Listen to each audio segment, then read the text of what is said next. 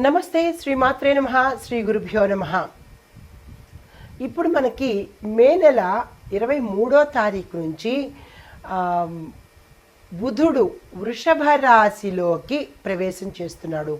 ఎప్పుడైతే వృషభ రాశిలోకి బుధుడు ప్రవేశం జరుగుతుందో ఆ వృషభ రాశితో పాటు మిగతా వాళ్ళకి కూడా తన యొక్క ప్రభావాన్ని ఫలితాలను ఎలా ఇవ్వబోతున్నాడు, ఈ బుధుడి యొక్క గోచార ఫలితాలు మేషాది ద్వాదశ రాశుల వారికి ఎలా ఉండబోతోంది, ప్రత్యేకంగా వృషభ రాశి వారికి ఎలా ఉండబోతోంది అనే అంశాలతో పాటుగా ఈరోజు ముందుగా మేషరాశి వారికి ఎలా ఉండబోతోంది అనే అంశంలో గ్రహస్థితి బుధుడు 2వ స్థానంలో సంచారం చేయడం వల్ల లాభాలు ఏంటంటే ఆర్థిక వ్యవహారాలు విశేషమైన లాభాలు ఇస్తాయి.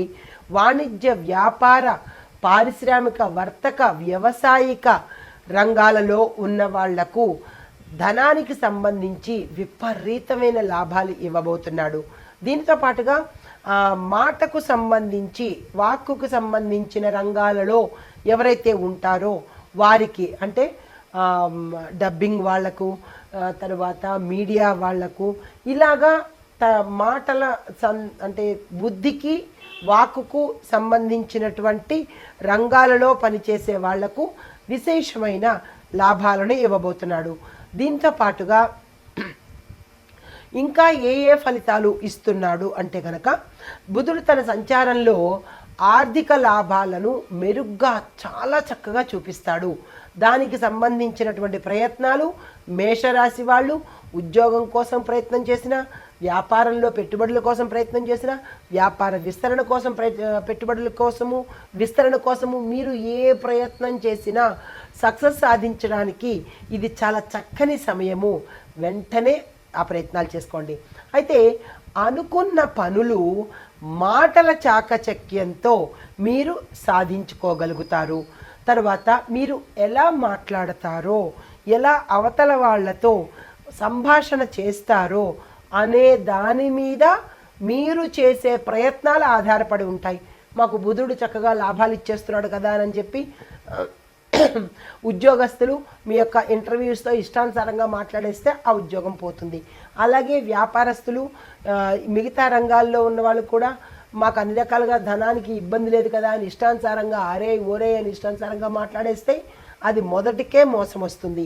మీ పనులు ఎప్పుడు ఎలా పూర్తవుతాయి అంటే మీరు సంభాషించే తీరును బట్టి, అవతల వాళ్లతో మీరు మాటలు చాకచక్యంగా మాట్లాడేదాన్ని బట్టి మీకు ఆర్థిక లాభం కానీ, లేదా అంటే వ్యాపార లాభం కానీ, లేదా అంటే ఏ రకమైన లాభం రావాలన్నా, ఏ కార్యమైనా సిద్ధించాలన్నా మీ యొక్క మాటల సంభాషణ వల్లే ఆధారపడి ఉంటుంది అనే విషయాన్ని చాలా జాగ్రత్తగా గుర్తుపెట్టుకోవాలి. బుధుడు మాటల మీద, వాక్కు మీద ప్రభావం చూపిస్తాడు, బుద్ధి కుశలత మీద కూడా. తరువాత వాణిజ్య రంగంలోనూ వ్యాపార రంగాల్లోనూ ఉన్న వాళ్లకు ఇది చాలా అనుకూలమైన కాలము. మీరు ఏ ప్రయత్నాలు చేసినా సక్సెస్ సాధిస్తారు. విద్యార్థులకు కూడా ఇది చాలా శుభకరమైన మంచి సమయము.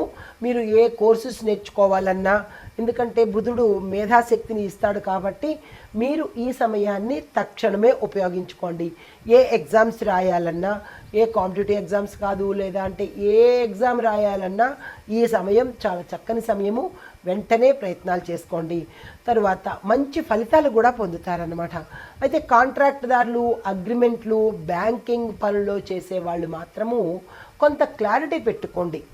ఏదో అంటే ఏదో అని కాకుండా మీరు ఒక క్లారిటీకి వచ్చి అప్పుడు మీకు ఎదుటి వాళ్ళు ఏ పని చెయ్యాలి, వాళ్ళ చేత ఏ పని చేయించుకోవాలి అనే విషయంలో స్పష్టత పెట్టుకోండి. వెదర్ ఇట్ ఈజ్ మా ఆడియో వల్ల కానీ, లేదా అంటే ఏదైనా అగ్రిమెంట్ల రూపంలో కానీ, ఏదైనా కాంట్రాక్ట్ రూపంలో కానీ, ఏదైనా సరే ఒక స్పష్టతను పెట్టుకోవడం తెలుసుకోండి.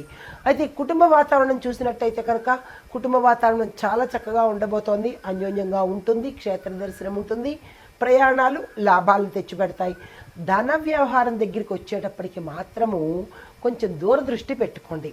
అంటే 1,00,000 రూపాయలు కానీ, లేదా 1,000 రూపాయలు కానీ, ఆ వ్యత్యాసం చాలా ఎక్కువ ఉంటుంది. 1,00,000కి 1,000కి చాలా వ్యత్యాసం ఉంటుంది.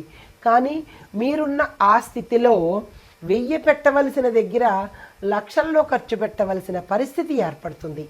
ఆ వ్యత్యాసాన్ని గుర్తెరిగి జాగ్రత్తగా తీసుకోండి. తర్వాత మీకు చెప్పదగిన సూచనలు, ఆకుపచ్చ రంగు వస్త్రాలను ధరించండి.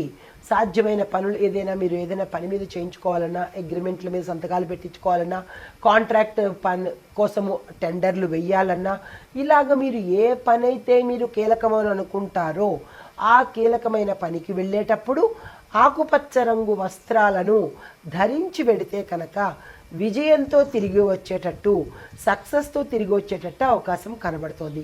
దీనితో పాటుగా ఏం చేయాలి, మీరు మాటను మీ పై అధికారులతో కానీ, మీరు పని చేయించుకోవాల్సిన అధికారులతో కానీ సంభాషణ జాగ్రత్తగా పెట్టుకోండి. దీంతోపాటు బుధగాయత్రి మంత్రాన్ని చదువుకొని మీరు బయటికి వెళ్ళండి. ఈరోజు అంటే ఏ పని చేయాలని అనుకుంటున్నారో ఆ పని చేసే రోజు ఇంట్లోంచి బయటకు వెళ్ళేటప్పుడు బుధగాయత్రి మంత్రం తప్పనిసరిగా ప్రతి ఒక్కళ్ళు చదువుకుని గుమ్మం బయటికి గడప మీద అవతల కాలు పెట్టే ప్రయత్నం చేసినట్టయితే పనులు సాధించుకుని ఇంటికి తిరిగి వస్తారు. ఈ విషయాన్ని చాలా చాలా గుర్తుపెట్టుకోండి. దీంతో పాటు ఒక చిన్ని మంత్రాన్ని కూడా ఇస్తున్నాను. మీ మార్గ మధ్యంలో వెళుతున్నప్పుడు, అంటే మీరు ఇంట్లోంచి బయలుదేరి అక్కడ మీరు ఏ పని మీద అయితే వెళ్తున్నారో అక్కడికి వెళ్ళే మార్గంలో కూడా మీరు ఈ మంత్రాన్ని చదువుకు వెళితే సక్సెస్ అయ్యే అవకాశము, నో ఈ పని అవ్వదు అని అవతల వాళ్ళు మిమ్మల్ని అనకుండా ఉండేందుకు ఈ చిన్ని మంత్రం ఇస్తున్నాను. ఓం బూమ్ బుధాయ నమః. చాలా చిన్ని మంత్రం కదా, మీ పని కోసం కదా, తప్పనిసరిగా ఈ మంత్రాన్ని చదువుకోండి. వీలైనన్ని సార్లు, అన్నీ కాదు, వీలైనన్ని సార్లు తప్పనిసరిగా చదువుకోండి. చదువుకుని కనుక ఆ పని మీద వెళ్ళినట్టయితే సక్సెస్తో ఇంటికి తిరిగి వస్తారు. ఇది ఈ రాశిలో ఉండేవారికి బుధుడి యొక్క తన గమనంలో ఎలాంటి ఫలితాలు ఇస్తున్నాడు, ఎలాంటి సూచనలు పాటించాలి అనే విషయాన్ని తెలుసుకున్నాం. నమస్తే. అయితే ఓవరాల్గా ఈ బుధ సంచారము మనకి 12 రాశులకు బుధుడు వృషభ రాశిలో సంచారం చేయడం వల్ల ఈ ఫలితాలు మనకి ఉంటాయి. అయితే ఇవి ఎప్పటి నుంచి ఎప్పటి వరకో మన ప్రేక్షకులకు తెలియజేస్తాను. ఈ డేట్లు జాగ్రత్తగా గుర్తుపెట్టుకోండి. ఈ సమయాన్ని ఎవ్వరూ వృధా చేసుకోకండి. అయితే మే నెల 23, 2025 నుంచి జూన్ 12 వరకు మాత్రమే, అంటే మే 23 నుంచి జూన్ 12 వరకు మాత్రమే బుధ సంచారము జరగబోతోంది. ఈ సమయాల్లో మీరు ఏ పనులు చేసుకోవాలనుకున్నా నేను వివరించినట్టుగా మేషాది ద్వాదశ రాశుల వారికి ఎవరెవరు ఏ సమయంలో ఏ రంగంలో ఎలాంటి పనులు చేసుకోవాలి అనేది వివరంగా తెలియపరిచాను. ఏ పరిహారాలు చేసుకోవాలో కూడా సవివరంగా తెలియపరిచాను. ఇవి గోచార రీత్యా ఫలితాలు. వాటిని అనుసరించి మీరు ఈ ఫలితాలను పొందాలి అని కోరుకుంటూ నమస్తే.